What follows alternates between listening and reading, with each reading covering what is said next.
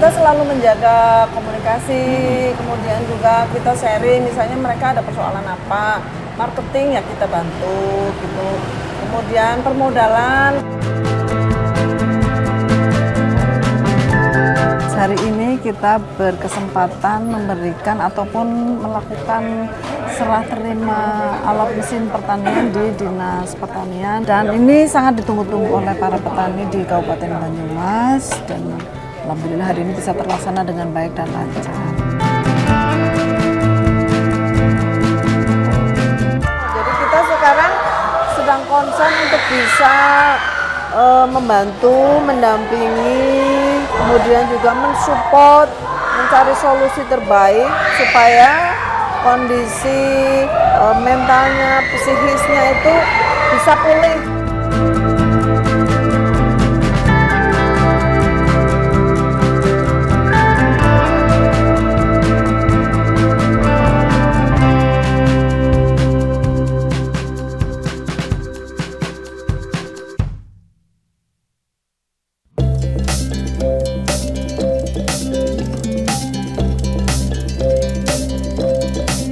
Senangnya program proaktif, program aksi parlemen yang aspiratif, komunikatif, dan informatif kembali hadir menyapa Anda. Kali ini, kita akan kembali mengajak pemirsa untuk mengunjungi daerah pemilihan Jateng 11 DPRD Jateng yang meliputi Kabupaten Banyumas dan Kabupaten Cilacap. Dan di episode kali ini, wakil rakyat yang akan kita ikuti kegiatannya saat di Dapil adalah salah satu Serikandi anggota DPRD Provinsi Jawa Tengah. Ya, selama 30 menit ke depan, kita akan melihat lebih dekat sosok wakil rakyat dari fraksi Partai Gerindra DPRD Jateng, yaitu Sinta Laila.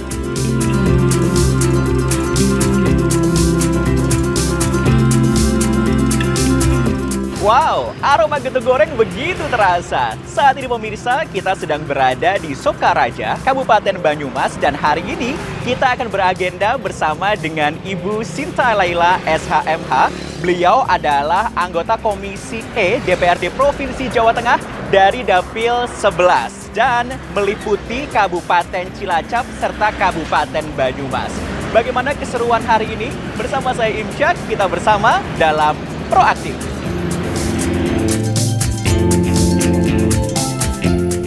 Dalam kunjungan kerja di Kabupaten Banyumas saat ini, kita akan melihat langsung kegiatan anggota Komisi E DPRD Jateng tersebut bertemu masyarakat di Kecamatan Sokaraja, Kabupaten Banyumas. Ya, getuk goreng Sari Murni Sokaraja ini merupakan salah satu pusat oleh-oleh makanan khas Banyumas yang legendaris. Selain rasanya yang lezat, tekstur getuk gorengnya yang lembut cocok menjadi oleh-oleh bagi keluarga.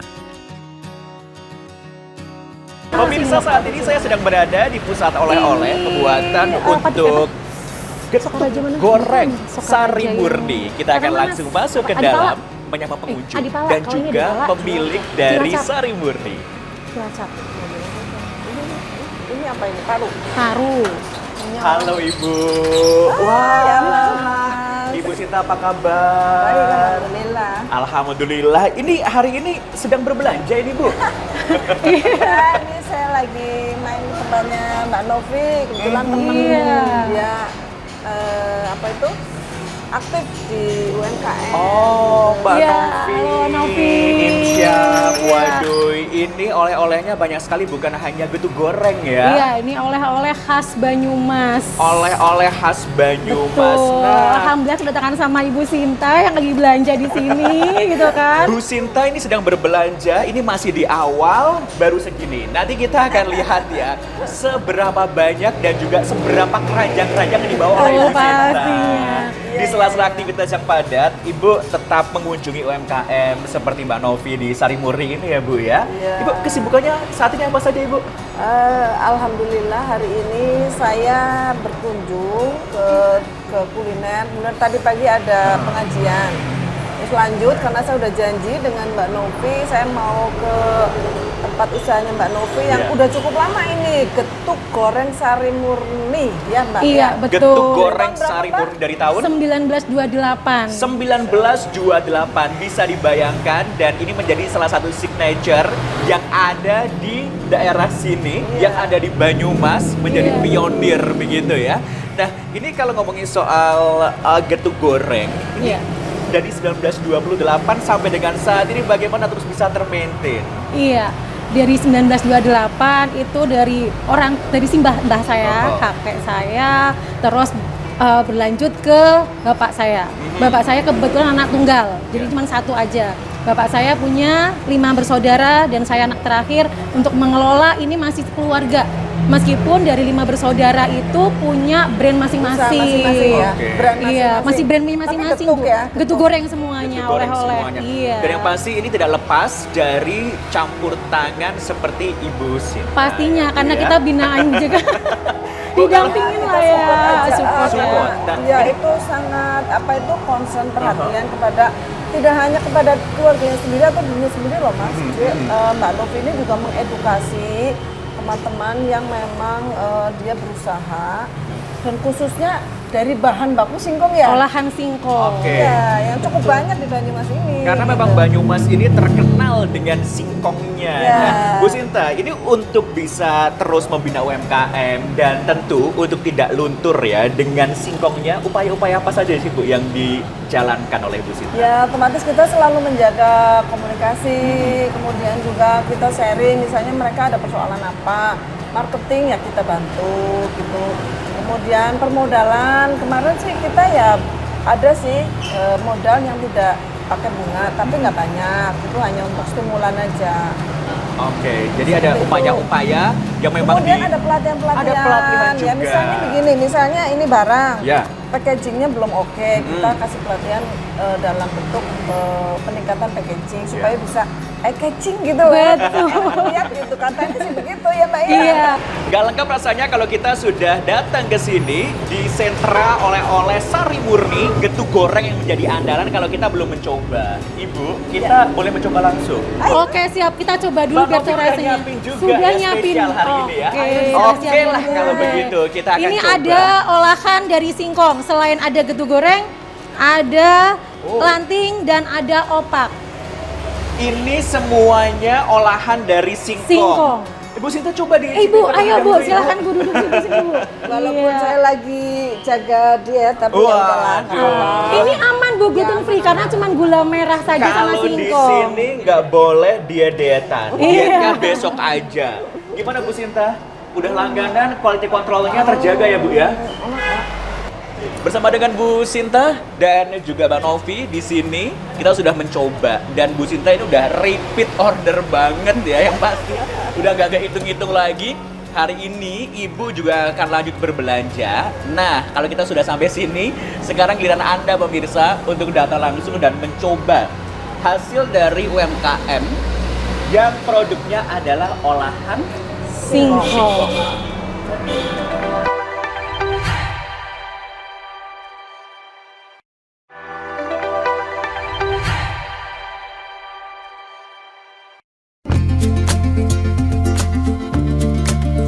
Usai dari pusat oleh-oleh getuk goreng di Sokaraja, Kabupaten Banyumas, kegiatan kunjungan kerja bersama Ibu Sinta Laila berlanjut ke kantor Dinas Pertanian Kabupaten Banyumas untuk melihat langsung pemberian bantuan sejumlah traktor oleh pemerintah untuk kelompok tani di Banyumas. Sebagai salah satu daerah penyangga pangan di Jawa Tengah, produksi beras di Kabupaten Banyumas cukup signifikan, di mana menurut data BPS Jateng, Kabupaten Banyumas memiliki luas panen padi sekitar 51.000 hektar dan rata-rata produktivitas sebesar 54 kuintal per hektar. Diharapkan dengan bantuan alat pertanian tersebut dari pemerintah, produktivitas para petani terus meningkat sehingga ke depan kesejahteraan petani Banyumas semakin membaik. Nah, untuk itu saya berpesan kepada Bapak-Bapak sekalian, tolong, ini adalah uang dari APBD APBN, uang negara, uang dari rakyat. Manfaatkan betul alat mesin pertanian ini untuk membantu proses produksi pertanian agar produksinya meningkat, efektif, efisien. Jadi mudah-mudahan alat pertaniannya ini bisa mendukung pertanian panjenengan, kemudian juga sesuai harapannya nanti bisa meningkatkan hasil, kemudian program dari Bapak Presiden bisa tercapai, adanya ketahanan pangan ya Pak Kadis. Pemirsa, saat ini kita sedang berada di acara penyerahan bantuan traktor roda 2 yang ada di Kabupaten Banyumas. Ibu Sinta, kita mengikuti agenda Ibu hari ini dan hari ini bisa disampaikan kepada pemirsa Ibu, agendanya apa di Dinas Pertanian dan Ketahanan Pangan Kabupaten Banyumas? Iya, terima kasih Mas. Hari ini kita berkesempatan memberikan ataupun melakukan serah terima alat mesin pertanian di Dinas Pertanian bersama dengan Pak Kadis. Ini alhamdulillah kita ditemani dengan Pak Kadis. Dan ini sangat ditunggu-tunggu oleh para petani di Kabupaten Banyumas dan alhamdulillah hari ini bisa terlaksana dengan baik dan lancar. Mudah-mudahan bermanfaat dan berkah untuk semuanya. Iya Pak Jaka, tadi kita menyaksikan ya Pak untuk penyerahan bantuannya. Kalau kita bisa share kepada pemirsa, komoditi pertanian di Kabupaten Banyumas ini gambarannya seperti apa sih Pak? Oke, Mas. Secara umum kita masih di komoditas pangan, utamanya padi. Karena kita punya luas baku sawah itu sekitar 30.000. Tapi untuk hortikultura yang sudah terkenal juga adalah durian bawor. Itu nama dari Kementerian Pertanian ya, Kromo Banyumas. Tapi brand di lapangan adalah durian bawor. Nah, sekarang kita juga sedang kembangkan yang horti adalah alpukat. Oke, jadi kalau tanaman pangan beras, kemudian hortinya buahnya durian, kita menyusul nanti melon. Sudah banyak juga, alpukat. Sudah banyak juga yang melon di hidroponik itu kita udah beberapa titik gitu.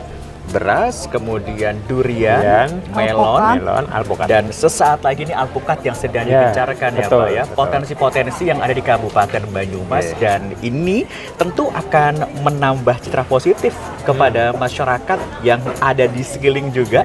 Hasil asli dari Banyumas begitu ya. Nah, tadi kita melihat salah satu petani yang mendapatkan bantuan traktor ini adalah Pak Wartiman. Bapak, bagaimana Bapak rasanya hari ini mendapatkan bantuan traktor roda 2? Alhamdulillah, terima kasih Bu. Sebagai petani saya senang banget atas bantuan traktor roda 2-nya. Semoga petani di Banyumas ini khususnya saya dari Gelar mengucapkan terima kasih, semoga petani tambah sejahtera. Amin. Amin. Kedepannya semoga ada perhatian lagi yang lebih dari pemerintah melalui Bu Sinta. Terima kasih.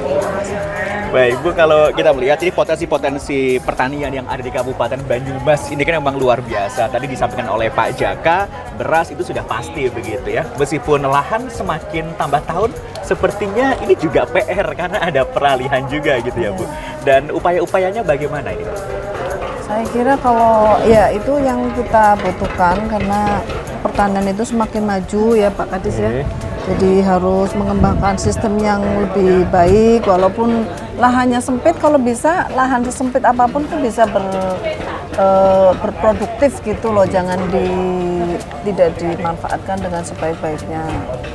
Saya kira itu, saya juga berpesan kepada masyarakat di Kabupaten Banyumas ataupun Cilacap, karena itu dapil saya juga Mas. Para ibu-ibu, bapak-bapak itu supaya memanfaatkan, misalnya kita punya lahan kecil kita manfaatkan. Kemudian sekarang sistem pertanian kan bisa tumpang sari atau apa itu ya Pak.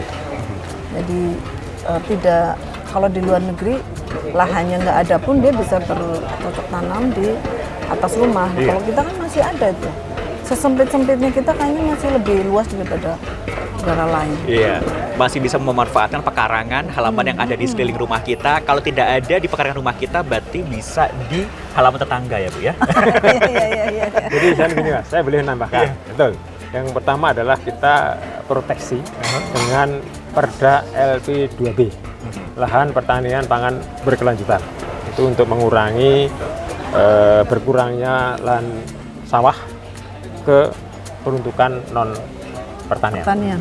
Kemudian juga bisa kita smart farming, vertical farming, dan menggunakan pekarangan lestari itu di KBT, di Dasa Wisma dan sebagainya. Penggunaan Internet of Things, AI itu juga akan membantu keterbatasan lahan. Iya. Iya, ini mungkin juga yang menjadi salah satu concern dari Ibu Sinta ya Bu ya, untuk petani-petani muda, petani milenial ini Ya. terus mendapatkan dukungan begitu ya. Ya. Saya kira itu penting sekali ya Mas ya, karena kan kita yang tua-tua kan otomatis akan Bergeser. semakin sepuh, semakin energinya juga sudah berkurang. Nah ini kalau bisa diteruskan, bahkan tidak hanya diteruskan, tetapi si milenial ini mempunyai kreativitas yang lebih daripada orang tua, berinovasi yang lebih daripada orang tua gitu, sehingga nanti hasilnya bisa mungkin bisa yang melon bulat jadi melon kotak atau apa atau warnanya apa lagi gitu. Itu perlu inovasi Yes, gitu. inovasi dan pemanfaatan teknologi yang ada untuk mewujudkan pertanian di Kabupaten Banyumas ini menjadi lebih maju lagi. Pak Jaka, terima kasih. Pak Wartiman, selamat bersama dengan para petani yang ada di Kabupaten Banyumas untuk semua bantuan-bantuannya. Semoga bisa bermanfaat dan juga bisa mewujudkan pertanian di Kabupaten Banyumas lebih jaya lagi ya Pak ya. Terakhir, Pemirsa, petani sejahtera. setelah ini kita akan jalan kemana lagi bersama dengan Ibu Sinta, karena agenda hari ini masih ada beberapa yang akan dikunjungi bersama dengan Ibu Sinta. Petani Banyumas sejahtera.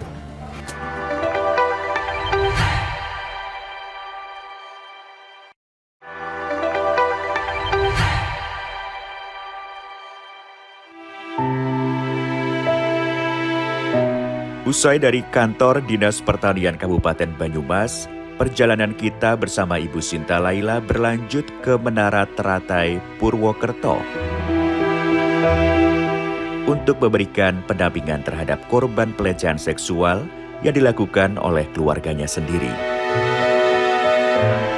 Sore ini kita ke Menara Teratai atau yang disebut Menara Pandang di Kabupaten Banyumas. Ini salah satu menara ikoniknya kota Banyumas. Sebagai seorang perempuan, beliau merasa iba dan marah. Bagaimana keluarga yang harusnya menjaga keamanan seorang wanita justru menjadi pelaku kejahatan seksual. Anggota Komisi E DPRD Jateng ini berharap para pelaku kejahatan seksual diberikan hukuman seberat-beratnya. Beliau berharap kejadian tersebut tidak kembali terjadi di Kabupaten Banyumas. Pemirsa, saat ini kita masih bersama dengan Ibu Sinta dan juga di kegiatan hari ini kita akan berbincang lebih jauh lagi. Bu Sinta, kita saat ini diajak kemana ini Bu? Saya ajak Mas Imsak dan tim itu ketemu dengan salah satu orang yang dekat dengan saya, dekat dengan masyarakat, dekat dengan perempuan, dekat dengan anak-anak. Oke. Beliau ini juga aktivis perempuan. Beliau namanya Bu Rahayu, kebetulan Bu Kades Panteran. Ya, Bu Rahayu, apa kabar Ibu? Baik, ini di sela aktivitas yang cukup padat menyempatkan kita untuk bisa diskusi hari ini dan juga sharing kepada pemirsa yang ada di rumah ya.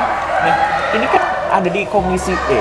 Komisi E agar pemirsa juga tahu salah satunya juga melakukan pendampingan, pemberdayaan kepada perempuan ya Bu. Ya, alhamdulillah salah satu mitra dari Komisi E itu kita ada di perlindungan anak dan perempuan, intinya begitu Mas.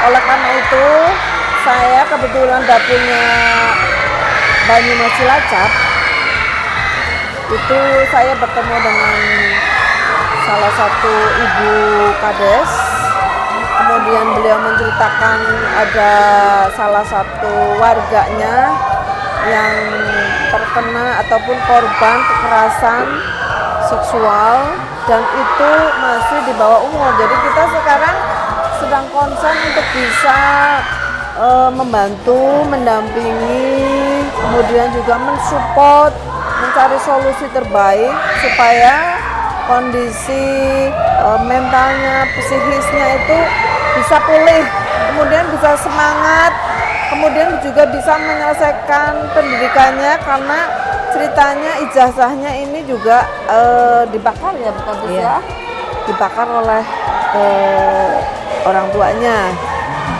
Dan nih orang tuanya, bapak ibunya sudah berpisah, kemudian ibunya menikah lagi, dan ini terjadi menurut cerita dari korban terjadi kekerasan seksual dari bapak tirinya, kemudian diancam supaya mengikuti kemauannya. Kalau mengikuti katanya nanti akan dibiayain, akan dibelikan ini dan itu, tapi anaknya tidak mau.